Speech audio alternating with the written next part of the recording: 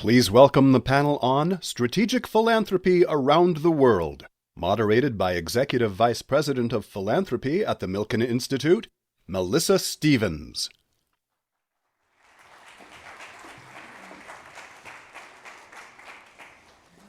Well, good morning, everyone, and welcome. We are delighted to be kicking off the Milken Institute Global Conference with an appropriately global look at one of the most treasured institutions around the world, and that is philanthropy. And our journey will take us to Africa, to Middle East, to Asia, to here in the United States. But our journey really starts in Greece, where it was 2,500 years ago where the term philanthropy was first coined.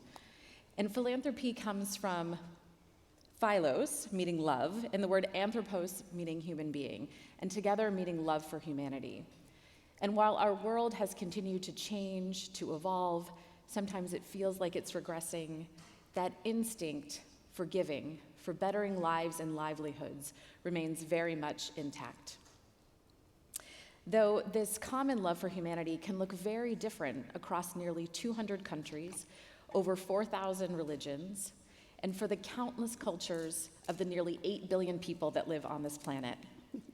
Now, over the centuries, we have seen various golden ages of philanthropy that have been marked by record giving.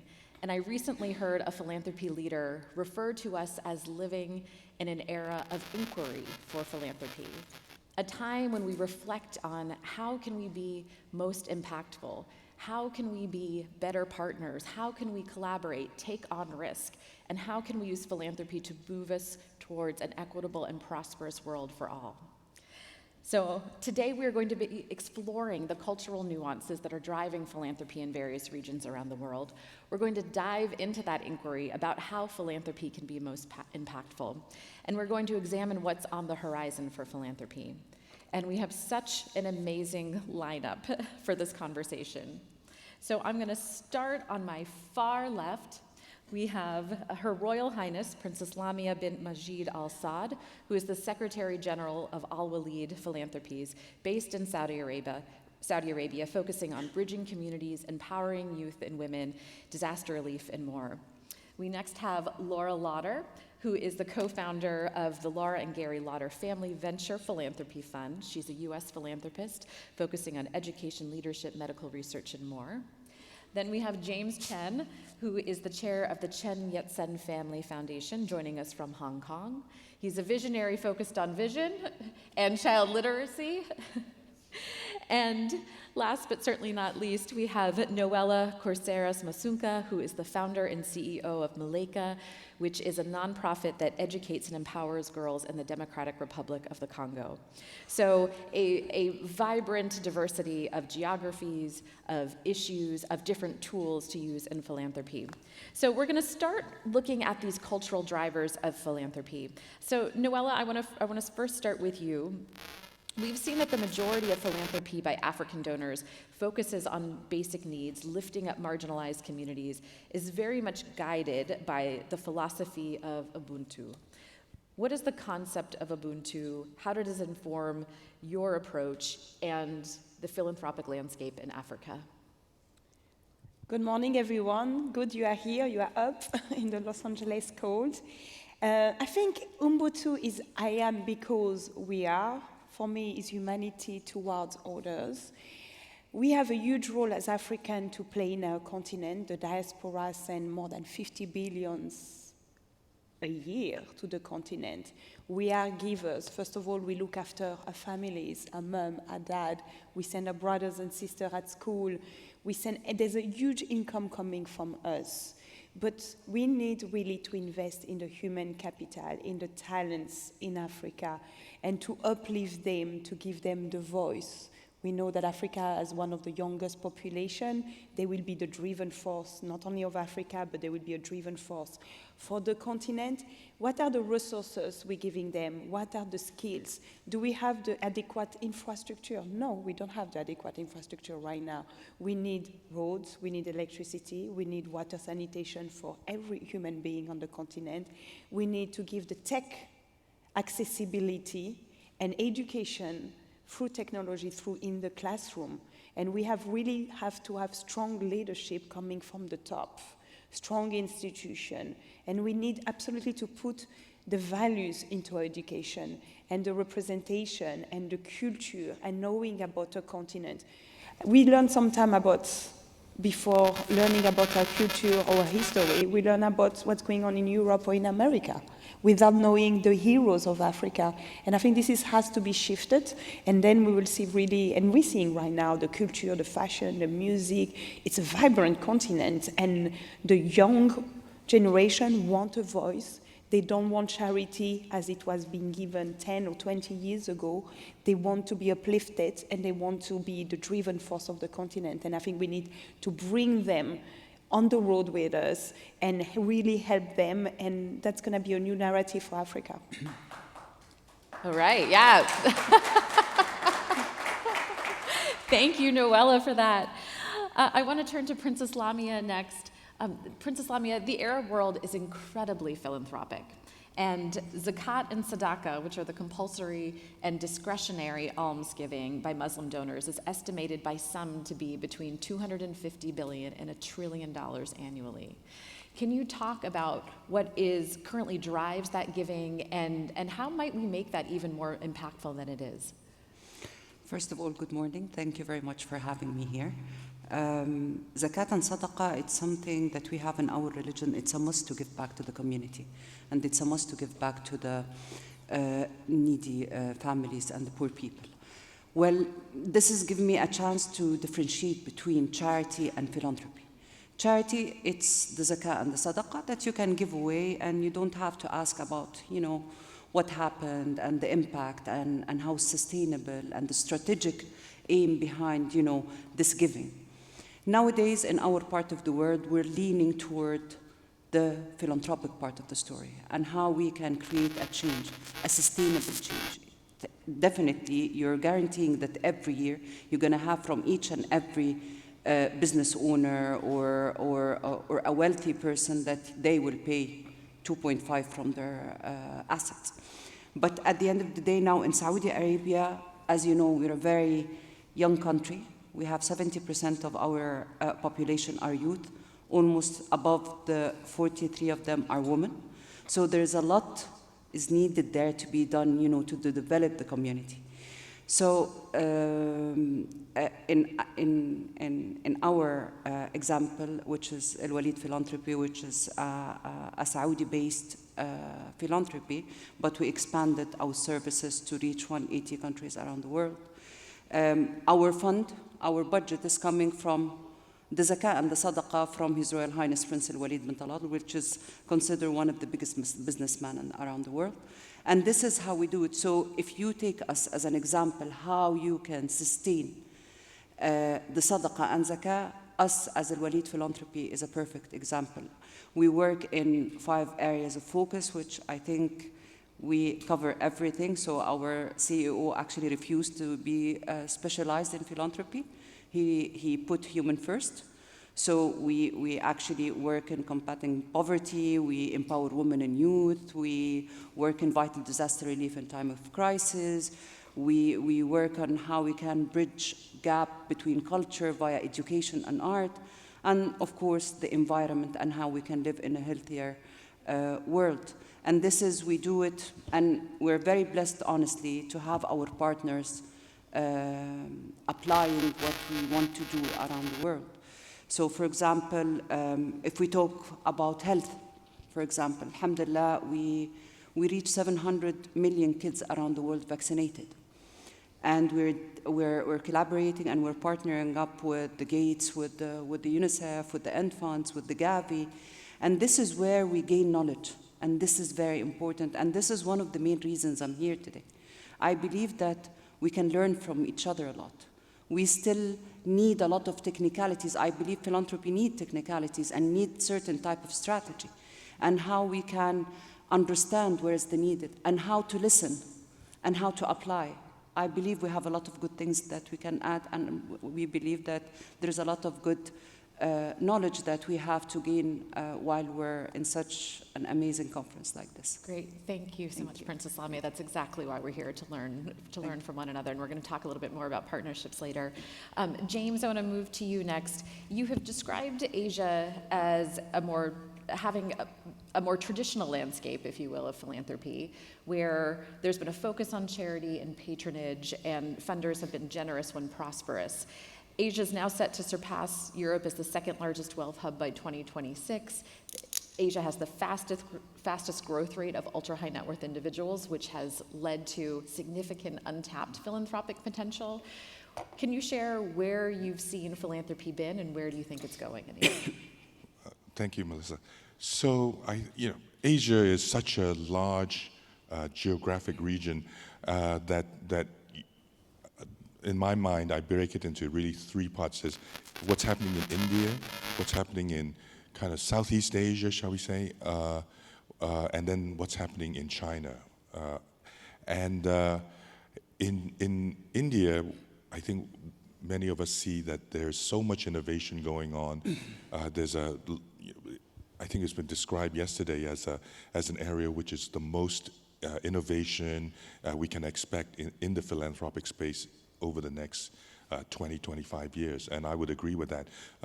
In Southeast Asia, where I'm probably more familiar, is what I do see is, there's a strong influence in culture, as in the Confucian culture. So traditionally, there's been the wealthy would give to charitable, as you mentioned, charitable and patronage type causes. But what I see now in the younger generation is a thirst to learn about kind of more impactful philanthropic approaches, and that is something that is spreading very, very fast. I think driven by, many of the young generation are Western educated, and also having access to internet. There's a lot of understanding of different concepts, and so they are now driving, wanting to learn, hunger to learn, to see what are new models out there to drive impact in philanthropy. Finally, with China, of course, where my family's been active for over 30 years, we see a very different landscape, whereas maybe for the first 20 years, we were very much involved with a very open, we were welcomed for both our capital as well as our expertise. But in recent years, the government has done a U-turn where the thinking is that we no longer we're getting wealthy rapidly, so we no longer need the foreign capital. Mm-hmm. But in doing that, they're also cutting off the foreign expertise and the kind of management, the software, as you would, of doing philanthropy, which I think is a mistake. And I hope there's signs that perhaps the government is recognizing that and is going to make a change on that. Great, thank you, James. Laura, we'll turn to you next. Here in the United States, we have a very vibrant philanthropic ecosystem. We give away over $480 billion a year, which is really rooted in the founding of our country and needing to help our neighbors as we did that. But it's also very much shaped by religious and cultural traditions as well. Can you speak to how you apply your Jewish faith and beliefs to philanthropy, combined with being in Silicon Valley that has a very high tolerance for risk? How does that play out in your philanthropy? First of all, thanks to Milken for convening this panel. And Melissa, you've done a phenomenal job to bring such diversity to this stage. And I hope that all of you recognize that philanthropy has never been quite so passionately global as what you see on this stage, where local leaders are bringing their experience to the world. So for that, I'm extremely grateful.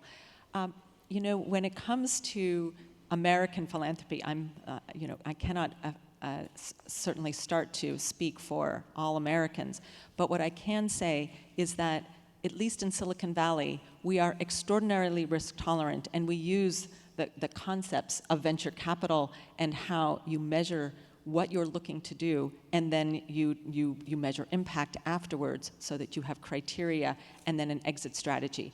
And in the Jewish faith, we have a lot in common, Princess Lamia, with the idea of tzedakah and the importance of righteous giving, the idea that we as families must give back. This is a commandment, a mitzvah. And so as a result, tikkun olam, which means to repair the world, is very much a part of the Jewish faith and what we are passionate about doing. And my husband, Gary, who's here, and I are very, very intent on carrying this on, this legacy, to our children. And we learned it very much from my father-in-law, Leonard Lauder, who has been extraordinarily generous in his 90 years.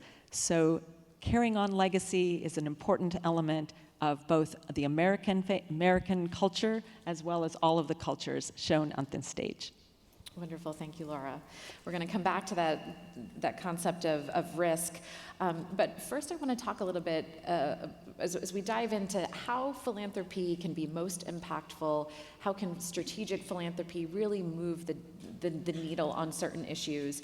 And one of them is for philanthropy to drive change. It doesn't happen in isolation. It happens through collaboration and working across different sectors. Princess Lamia, I'd love to turn to you first here. Across the Middle East and the GCC, we're seeing bold, ambitious plans for development. I lived in the region many years ago, and I remember that feeling of wanting to make 100 years of progress in 10 years. As Saudi Arabia strives for economic, social, cultural diversification as part of its Vision 2030, how is Al Walid Philanthropies helping to meet that moment? How are you working alongside government to achieve the goals that are articulated by the country? Well, it's a very interesting question. Let's agree first that philanthropy, it's a power for change. It's a drive for change. And I believe the successful module or the successful equation would be a collaboration between the NGOs and the NPOs, the government and the private sector. Maybe we do this perfectly because our chairman is a businessman, so this is how we work. We actually collaborate a lot with governmental entities, and we work with his companies and business. So I'll give you a bit of an example that maybe it will make the picture clear. So when the king, when the king approved the driving for women, in literally 48 hours, we came together in a partnership with Karim, which is the equivalent of Uber, and we donated 100 cars per year for women to increase their monthly income, and we have for now almost 170 female drivers. Not that only, we thought of how we can integrate the special needs, because there's a lot of women, special need women, and they're not active as in the community. So we actually we changed the paddling of the car, and it's with hand now, and we have over 30 special need women are an Uber driver. Not that only, we also, during the past era, women could not, it wasn't that easy to practice law. So we have been training now over 700 female lawyers, and now they're practicing law, and this would never happen before.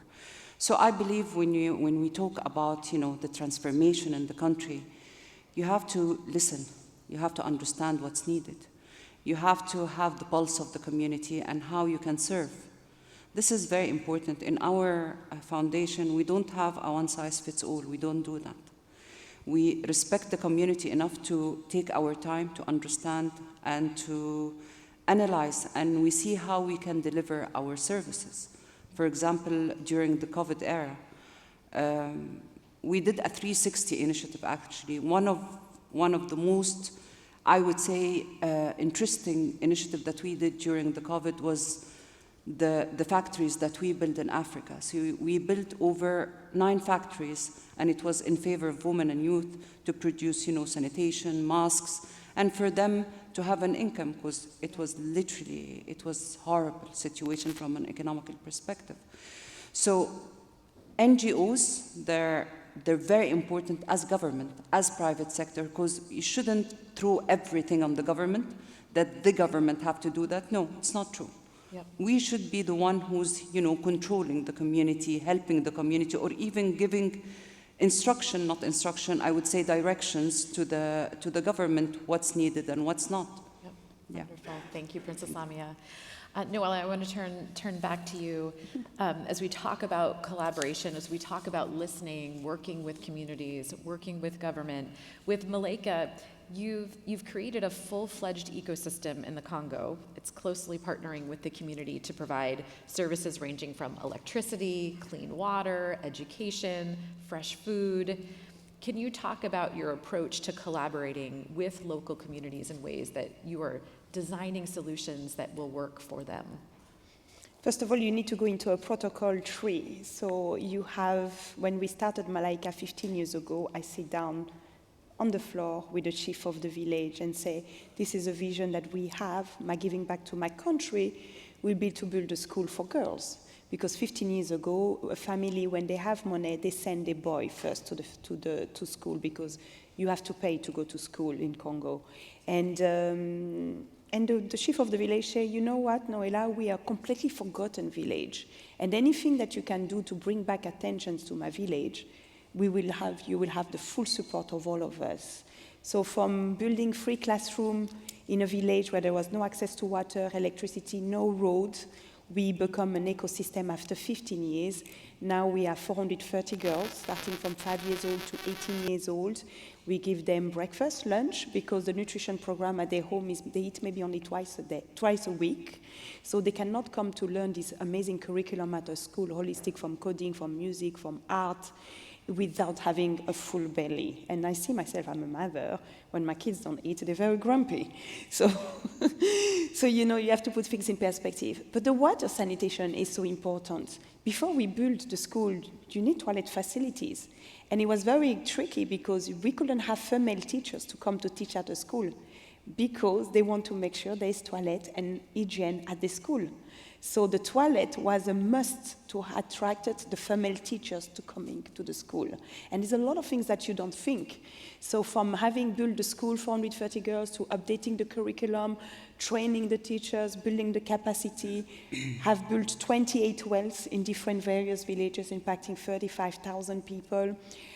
FIFA, when they did the World Cup 2010, they decided to do 20 community centers in Africa, and they asked us to build an educational community center with them. And it was the most important things that we did in complement of the school. You cannot keep the kids at school if you don't have the approval of the parents, if the parents are not educated, because the parents will take out the children, they will marry them, or the kids will get pregnant at around 14, 15, 16 years old. So if you educated the parents, you are completely sure that you have a successful education for the students. The first graduation of the student will be in July, after 12 years being at Malaika School. Lauriane wants to be a journalist, Luputu wants to become an engineer, Larissa wants to become a pharmacist. So they have dreams. They are girls that don't have social media in their home, that don't have TV, that don't have electricity, that walk 1 hour to go to school, but they have dignity, they are resilient, they are powerful, they have their own dream, their own drive, and they know that the ripple effect of them being successful on the next stage of their career, how they will come back to help their community. And I see the evolution of Malaika from the school, the community center, the technical classes that we built with Caterpillar Foundation, because not everybody will go to university, and that's the problem of Africa. The old generation, I will always have a dream, our kids will go to university. No, you need to create a middle class. You need to give them the skills. And the program that we designed with Caterpillar was fantastic because it's mechanic and electricity to all the young people that never been able to go to school or that drop out of school very early age. They can go to learn a job. They can have skills. And 40% of them are in the workforce now through us, and 35% women. And we want to add this year the tech, the accessibility, and the English, because most of the mining are run by foreigners in the Congo, and you need to have the English. And we launched the blueprint of Malaika because a lot of people were contacting me, how can we duplicate either the school, the technical classes, or the educational, and people can download videos, they can download the blueprint, they can go for 1 week at working with the staff, and through the advocacy, through the government, you cannot have only work with NGOs or local communities. You have to work with the government too, because they are the one that approve your school and the programs. So we push them to make the road, and they make the road, and it completely brings a social economical development in the village. And we teach a lot about environment. We clean the village together. We do outreach in different villages to talk about sport, to use the ball to talk about peace, cohesion, family planning, and the importance of water sanitation. Yeah, so you've worked across all the sectors, but I love that you started with, we sat on the floor with the head of the village, and that's where it started. And the village and the programs are completely protected because Congo has a lot of instability politically and so many conflicts, but all the programs of Malaika are protected by the village and the community leaders and the peers. Yeah. That's wonderful. James, I want to come back to you and talk a little bit about Moonshot philanthropy and talk about philanthropy's superpower to take on risk, this high tolerance for risk. Philanthropy it's not driven by earning cycles or election cycles. It can go where other investors are not willing to go. And so you encourage Moonshot philanthropy to embrace risk, test unconventional ideas, shift paradigms and complex issues. I was recently at the Kennedy Space Center with my 7-year-old over spring break, and we were at the Apollo Visitor Center, and I was reminded of just how hard it was to get to the moon in 1969. So to share with us more about this approach of privatizing failures so that you can socialize success, how is that game-changing for philanthropy? So perhaps I start by giving you my definition of Moonshot philanthropy. Moonshot philanthropy is a risk-taking paradigm deploying principal high-risk capital, the superpower of the ultra-high net worth community. Focused on a single issue, the Moonshot philanthropist builds domain expertise by learning from the outcomes of funding unconventional, disruptive solutions, and by seeking asymmetric reward to risk opportunities, always striving to privatize failure and socializing success.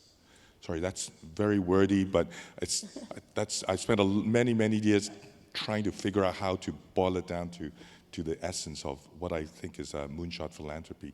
And I think why it's important is because I think that's what I see in the social space and philanthropy is that there is actually lots of capital for social need, but they tend to be risk-averse capital, right?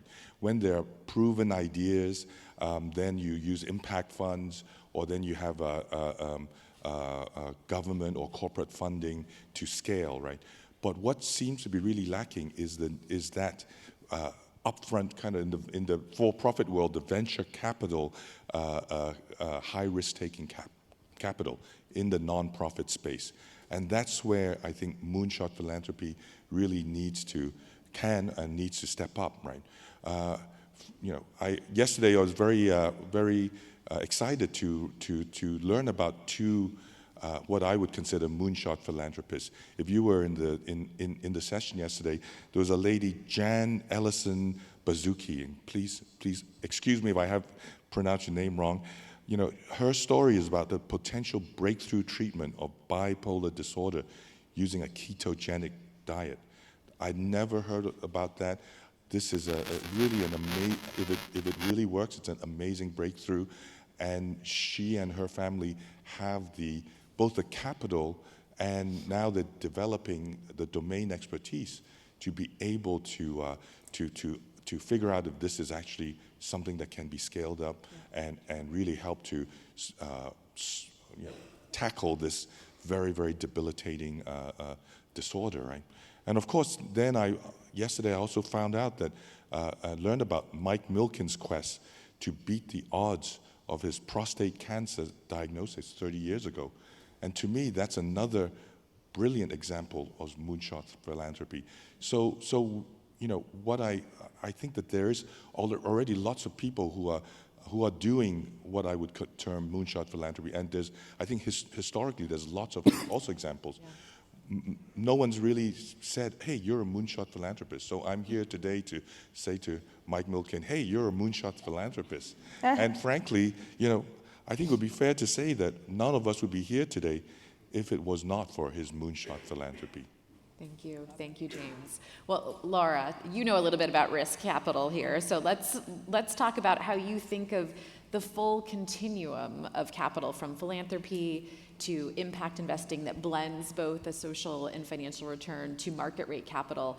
How do we leverage philanthropy and its high tolerance for risk to move solutions across that continuum? Thanks, Melissa. So Gary and I think about our assets, and it doesn't matter the number of zeros for anyone, in 4 buckets. And so the continuum is, bucket 1 is market returns, irrespective of impact on society, let's say. Bucket 2 is market returns, but also looking to social impact. Bucket 3 is impact first, concessionary returns.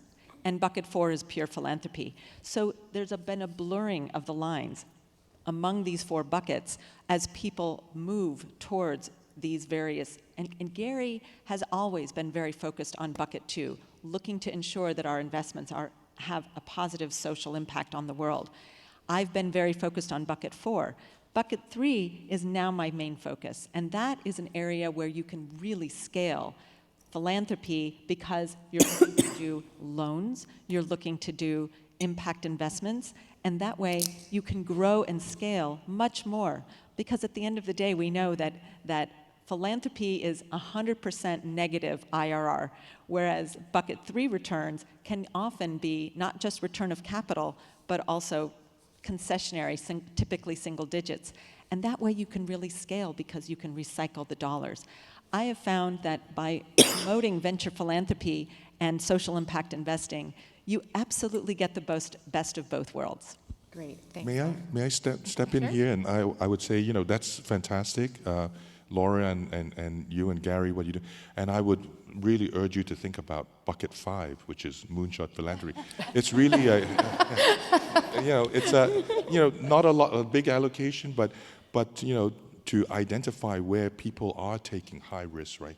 And to say, hey, we understand we need to help to bring capital to high risk situations where we can uncover new. Okay, may I respond to that? Yes, my rebuttal. The reality is that there is a specific area that our family, the Lauder family, has done moonshot philanthropy. And I just want to say a word about it because I think it's a good example of venture philanthropy at a moonshot level. And we have partners in this. And that's with the Alzheimer's Drug Discovery Foundation. So addressing Alzheimer's disease and the research to try to find drugs that can mitigate this situation, as well as discover ways to diagnose Alzheimer's disease much earlier, and therefore have drugs to prevent the worsening of Alzheimer's disease. And so my father-in-law recently announced a family $200 million gift to the Alzheimer's Drug Discovery Foundation. And we also have partners. Bill Gates and Jeff Bezos have also partnered with us on the diagnostics area. So for us, that is a family commitment, and we're really excited about it. Well, thank you. That's exactly the kind of thing that I think is important. Right? So, Laura, let's stay with you for a moment, because as we think about moonshot philanthropy, collaborative philanthropy helps facilitate moonshot philanthropy. Can you speak to the benefits of being able to pool resources, networks, find efficiencies in due diligence in ways to collaborate with other philanthropists to be able to drive forward change? So this, to me, is the biggest potential and where there's the most white space in terms of gap in available services and opportunities for investment. In the philanthropic space in the United States, we have over $250 billion sitting in donor advised funds. Who out there has a donor advised fund? A lot of you. And what's interesting about donor advised funds is that they have, we have this wonderful tax deduction in this country to enable you to write off against income the value of the amount that you've given to philanthropy. So in that sense, the government is helping to pay for your philanthropy. But this $250 billion pot of money, which is massive, has never been leveraged as a community. And I think that a very, very big gap, an opportunity for creating products and pools of capital, is to identify high risk and yet high social return buckets of impact investment opportunities, things like income share agreements for folks who are trying to increase their skills, environmental projects, housing projects. These are, the liquidity issue is probably the biggest issue for philanthropists, but of the $250 billion, almost a third of it is sitting in cash. And that is an extraordinary opportunity to try to take that cash. People are thinking that they're going to give it away tomorrow, and then they don't, and it sits in these donor-advised funds for years and years. Let's use the collaborative research that we have identified for fantastic opportunities to put these funds into social impact pools. I think that is the biggest opportunity for philanthropy in America. Great. Thank you, Laura. So, yeah, yes. If you're interested in pursuing that, you can email me, laura@lauderpartners.com, because we have some ideas. Wonderful. Thank you, Laura. Well, thank you for starting us to think about what could be the future. What are the dynamics that are shaping that? And I want to come back to sort of talking about youth again, and what's next. What are the next-gen philanthropists thinking about? How can we further engage youth in the social sector? So, Noella, can I start with you? By 2030, young Africans are expected to make up 42% of the world's youth and account for 75% of those under 35 in Africa. What do you see? How do you see engaging that population in the social sector? What do you see as the sort of what's the next generation thinking about? How are they going to shape philanthropy going forward? First of all, I want to say thank you that you're investing so much in Alzheimer's, because the mom of my husband died of it, and it's such a horrible, horrible disease. And when I was bringing all the time my kids to see their grandmother, it was heartbreaking, and it needs to be really solved. So thank you for that. He would be very happy, my husband. And he's looking after my kids today, so it's a good dad. You know what? It's very funny. Africa, we have 54 countries. We don't have a lot of female presidents. We don't have a lot of young presidents. Mm-hmm. And now we want to see a new generation of leaders, because we can be doing the work of NGOs, but it comes from the top. We need leaders that understand what is the driven force of today, what is we want tomorrow, how we can feed our children. We're talking about green energy and etc. For instance, Malaika School and the Educational Community Center, everything is on green energy, but it costs so much money. Mm-hmm. Who can afford that, to put the panels solar and all of that? So we need to rethink how we're going to utilize and mobilize the resources to make this new generation have access to be entrepreneurs or to work for companies, but in good conditions, good salaries, good ways of working, to give them the capacity to train them. I see when people leaving university in the Congo, a lot of companies tend to use a lot of foreigners or the diaspora to come to work. But why don't we put a program to really train the people that are getting out of university and that have been working into the system? I see some people that are born in Africa, they are more resilient than anyone. Mm-hmm. They really want to work. Mm-hmm. They know the system. They've been struggling. They've been fighting to have money to pay their school or their university. They've been fighting to get a job. How is this collaboration can work? But this young generation want something different. We see them being entrepreneurs That there is one thing. We see them really investing in the culture. We're seeing more. We never seen before the last 5 years the boom of African art. It's incredible that now some art pieces are being so sought after. They're being completely sold even before an exhibition happening, like Edika Mwenga or others amazing artists. And it's beautiful because we never dream of that, to sing our own artist or singer. We see Davido, the amazing singer from Nigeria, and being on Time cover, being the #1 on all the stream, Apple and etc. And it's something, and we're seeing them staying in Africa. Yeah.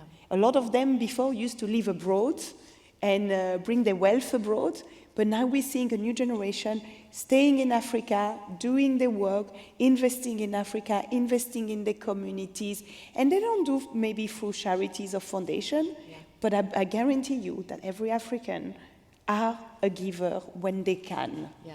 And that's really, really, really powerful to see. But it's really investing in the talent, in the leadership, in the ethic, in the values, to give back, to be honest, to invest in their values, and it has to come from the top. Yep. And we need more democracy. Yeah. We don't want to see leaders that stay 40 years in power. Yep. Yep. We need strong election, we need fair election, we need people to go to vote in a very clean, transparent way, and I think that's key for for Africa, and give this voice to this new generation that's coming. Thank you, Noella. Princess Lamia, as you look into the future with philanthropy, what do you see shaping philanthropy? What do you see the opportunities for philanthropy to bridge culture? As we sort of live in a more polarized world, how are we bridging communities? What is the role of youth? How are they going to shape philanthropy in the future? Well, I think culture and art is a very good example how people can come together in a very, I would say, easy way. As you know, this is one of our main area of focus, is bridging culture via education and art. So we do this via 6 centers, I would say, in the most prominent university. I'll just tell you the story about it. We remember in 9/11, Prince Walid was here, and he wanted to support what happened in 9/11, and it was refused in 1 second because he was Saudi, and he had nothing to do with it. He was the biggest investor, a Saudi investor in Wall Street. So he decided to create the centers in the most prominent universities. So we have a center in Harvard, in Cambridge, in Georgetown, in Edinburgh, in American University in Egypt, and in Beirut. It's a research center to, create this bridging between Islam and West, and for people to understand more about this part of the world. It's not what was pictured back then. And honestly, there was a lot of benefit out of it. And we corrected a lot of perspective and beliefs and picture about, the Muslim and the Arabs. And we came back and we said, let's see how we can work in art. And we found that in the Louvre, in France, the Louvre, there was an art center, but it was a very shy area. So we created and we built from scratch the Islamic Art Center in the Louvre. And it's beautiful, people, to understand how the Islamic art and how the Islamic heritage was beautiful. And then we affiliated, or we partner up with the Berlin Museum, and we came across a beautiful project which is called the Multaqa.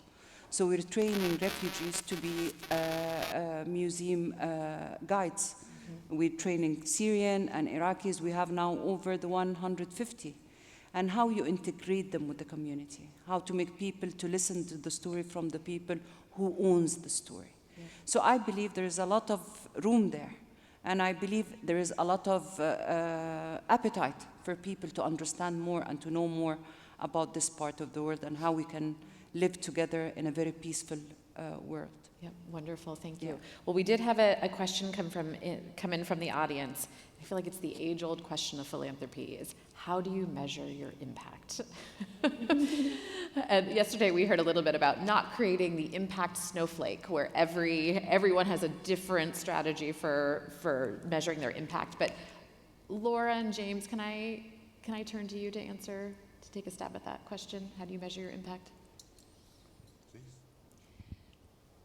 In our foundation, one of the things that we do before we get involved in any grant or any project is we identify all the criteria that we are looking to accomplish, and then we, frankly, set up an exit strategy to exit with a funding source that might come after. I'll give you 2 examples. Our daughter works for a criminal justice reform nonprofit, and one of the things she found is that in the American Black community, if a Black child has a Black teacher before the age of 10, they are double the likelihood of graduating from high school. If they have 2 Black teachers, they double the likelihood that they will complete college. You can't pay for that kind of success. And so we wanted to lever that statistic and test it. And so we had a series of criteria that we wanted to see how to do that. It ended up that we created a project that allows high school students, Black high school students in the summers, to tutor young Black children, grades 1, 2, and 3, to try to get them up to grade level in math and science. We did it in Philadelphia, Camden, New Jersey, and Detroit. And in those 3 cities, what we found was the dramatic increase after an 8-week summer was so compelling. And if the children did it 2 years in a row, these young tutors, they were so passionate about becoming a teacher that we gave them a full ride to college. And during the summers, we also gave them tutoring opportunities, working with a master teacher in a classroom doing summer school. Today, those kids are now working with multiple other foundations in each one of those cities, where, again, the metrics for success are very highly measured. And so we are extraordinarily grateful to have identified a very narrow opportunity to see success. Here's the second example, and I'll make this a little shorter, because it's really a family example that could be an opportunity for all of you. Every Thanksgiving, our family does what we call our Lauder Family Venture Philanthropy Giving Circle. And what we do is we have 2 kids, and one just got married. So with 3 children, each of the children take turns per year to set the mission statement for the grant round for that particular year. The example I just gave of my daughter came out of a venture philanthropy grant round that we did 3 years ago when she was graduating from college. And she picked criminal justice reform in America. And it forced her to work with the staff to identify nonprofits, figure out exactly what the metrics were that she wanted to present to us as a family on Thanksgiving, and then we would allocate a $100,000 pot of money to a series of nonprofits that she had selected, and then persuaded the rest of us to support. We all had criteria and metrics that we were expecting. And by the end of it, she was so passionate about it, it became her career. So the impact was sort of multiple, not just on the nonprofits, but also on our child, which was very heartwarming. Great. Thank you, Laura. James, thoughts on measuring impact? So with, I guess, Moonshot philanthropy, I would think of it as extreme venture philanthropy, you know. And what I mean by that is, if I could take my personal journey in vision correction over the last 20 years, the way that I looked at it was I wanted to deploy my limited high-risk capital to look for the most unconventional ideas, to test my theory of change, right? Or looking for asymmetric return on risk taken. And so, example, one of the first key things that, and luckily very successful, was to fund a program to figure out, can vision correction access to vision correction be deployed to an entire population? And we ran that test in Rwanda. We developed a 3-day training for nurses instead of a 4-year university degree for optometry. In 3 days, our nurses were able to do a good enough, not perfect screening that allowed them to dispense glasses to those who needed it. as well as eye drops for allergy, and then to refer serious eye diseases to the doctor, to ophthalmologists. And then we trained 2,700 nurses over the entire Rwanda, and then we sent the nurses to every one of the 15,000 villages in Rwanda.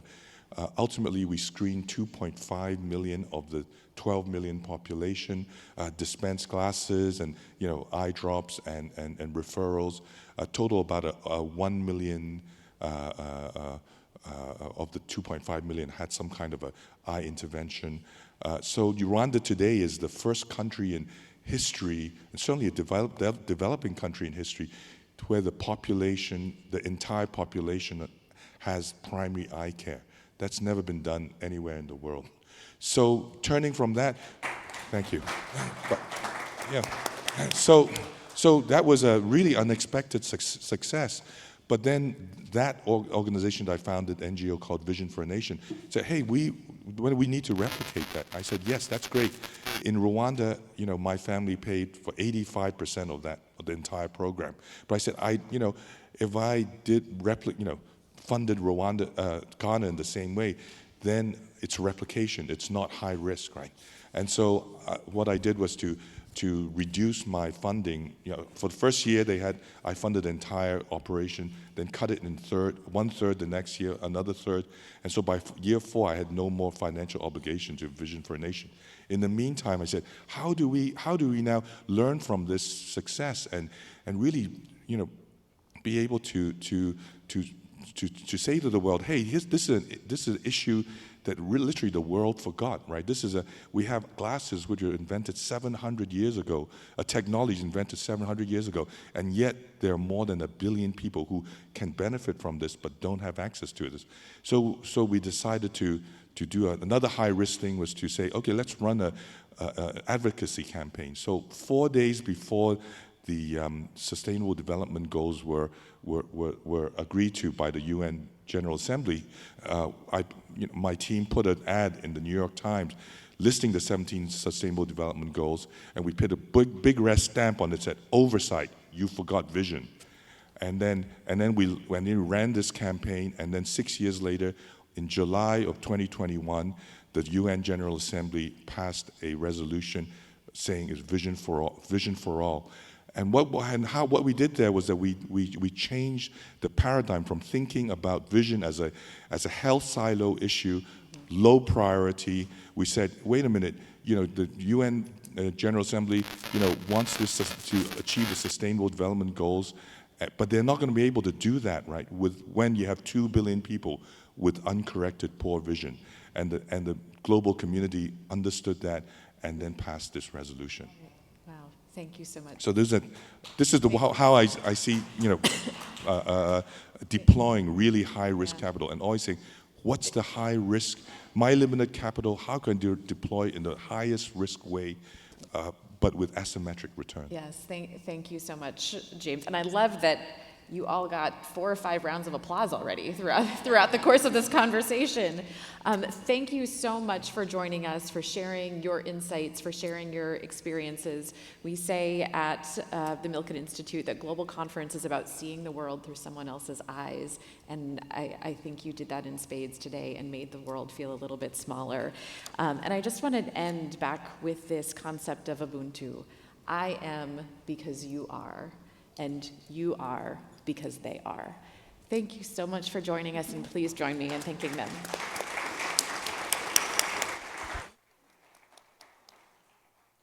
We hope you enjoyed the discussion.